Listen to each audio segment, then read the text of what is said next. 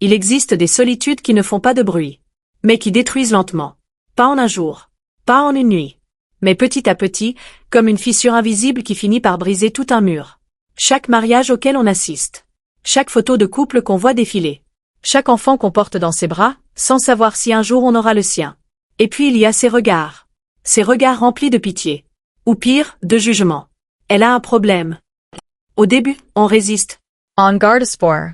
On se dit que le bon moment viendra. Mais quand les années passent, l'espoir devient fatigue. Et la fatigue devient désespoir.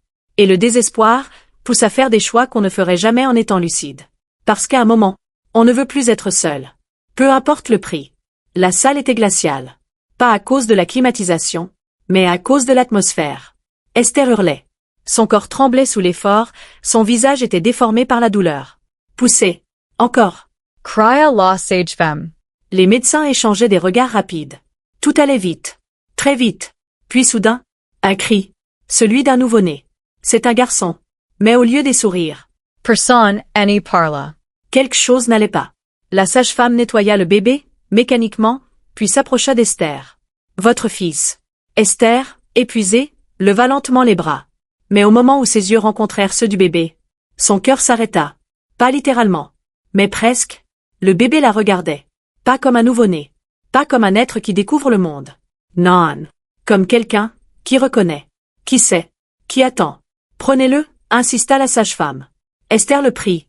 Mais au lieu de le serrer contre elle, elle le tint loin. Très loin. Madame, tout va bien? Ses lèvres tremblèrent. Ce n'est pas mon fils. Silence. Comment ça? Elle avala difficilement sa salive. Ce n'est pas mon fils. C'est lui. Lui qui? Des larmes coulèrent. Mon mari? Un frisson parcourut toute la pièce. Madame, vous venez d'accoucher. Elle secoua lentement la tête. Je n'ai jamais été avec un homme. Cette fois, le silence était total. Avant la peur. Avant les regrets. Avant l'horreur. Il y avait une femme. Esther. Une femme normale. Avec des rêves simples. Aimer. Être aimé. Fonder une famille. Elle n'avait rien fait de mal. Elle avait suivi le chemin qu'on lui avait toujours conseillé. École. Travail. Respect. Elle était devenue comptable. Stable. Sérieuse. Une femme bien. Mais visiblement, ce n'était pas suffisant. À 25 ans, elle riait encore des remarques. À 30 ans, elle commençait à s'inquiéter. À 35 ans, elle ne riait plus du tout. Les invitations au mariage se multipliaient. Les conversations devenaient gênantes. Tu es trop exigeante. Tu refuses les hommes bien. À force d'attendre, tu vas rater ta chance. Ces phrases s'accrochaient à elle. Comme des ombres. Un soir, après une fête, elle rentra chez elle. Elle posa ses clés. Et resta debout. And silence. Son appartement était parfait. Mais mort. Pas de rire. Pas de voix. Pas de vie. Juste elle. Et ce vide insupportable. Cette nuit-là, elle pleura longtemps. Et pour la première fois, elle pensa. Peu importe comment, il faut que ça change. Lors d'un mariage, une vieille femme s'assit à côté d'elle. Tu es seule. Oui. Tu cherches, mais tu ne trouves pas. Esther la regarda, surprise. Il y a des blocages, dit la vieille femme calmement. Je ne crois pas à ça. Tu n'as pas besoin d'y croire. Regarde ta vie. Silence. Puis elle glissa un papier dans sa main. Va le voir. Esther regarda l'adresse. Et pour la première fois, elle hésita sérieusement. Pendant des jours, elle garda le papier. Elle se disait que c'était ridicule. Puis elle repensait à sa solitude. À son âge. À son futur. Vide.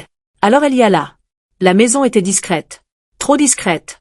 À l'intérieur, une odeur d'encens. Des bougies. Des symboles. Un mélange étrange entre religion et autre chose. L'homme la regarda longuement. Trop longuement.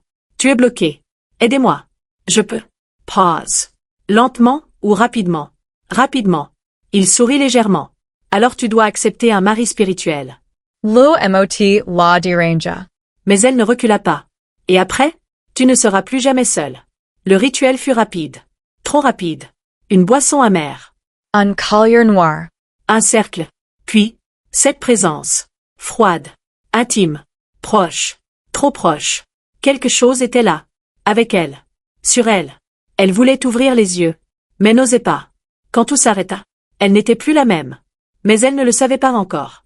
Au début, tout semblait normal. Puis vinrent les rêves. Un homme sans visage. Toujours là. Toujours proche. Puis la réalité changea. Un homme s'approcha d'elle. Daniel. Gentil. Sincère. Elle reprit espoir. Mais une nuit, il mourut. Sans raison. Puis un autre homme. Un accident. Grave. Esther comprit. Trop tard. Il refuse de te partager, dit le marabout. Libérez-moi. Impossible. Elle arracha le collier. Une douleur indescriptible. Comme si son âme se déchirait. Elle le remit. Elle était liée. Puis un matin, des nausées. Fatigue. Vertige. Low diagnostic. Vous êtes enceinte. Elle éclata de rire. Un rire vide. Impossible. Mais au fond d'elle, elle savait. Elle trouva un pasteur. Les prières furent violentes. Une lutte invisible. Des cris. Des larmes. Puis, Le collier esse brisa. la présence disparut. Elle était libre. Parce que l'enfant était déjà là. Dans la salle d'accouchement. Quand Esther regarda son fils, elle comprit. Ses yeux. Ce regard. Ce silence. Ce n'était pas un nouveau-né. C'était une mémoire. Une présence. Un héritage. Elle murmura. Ce n'est pas mon fils. Certaines portes ne doivent jamais être ouvertes. Pas même par désespoir. Parce que tout ce qui promet une solution rapide cache souvent une prison. La solitude fait peur.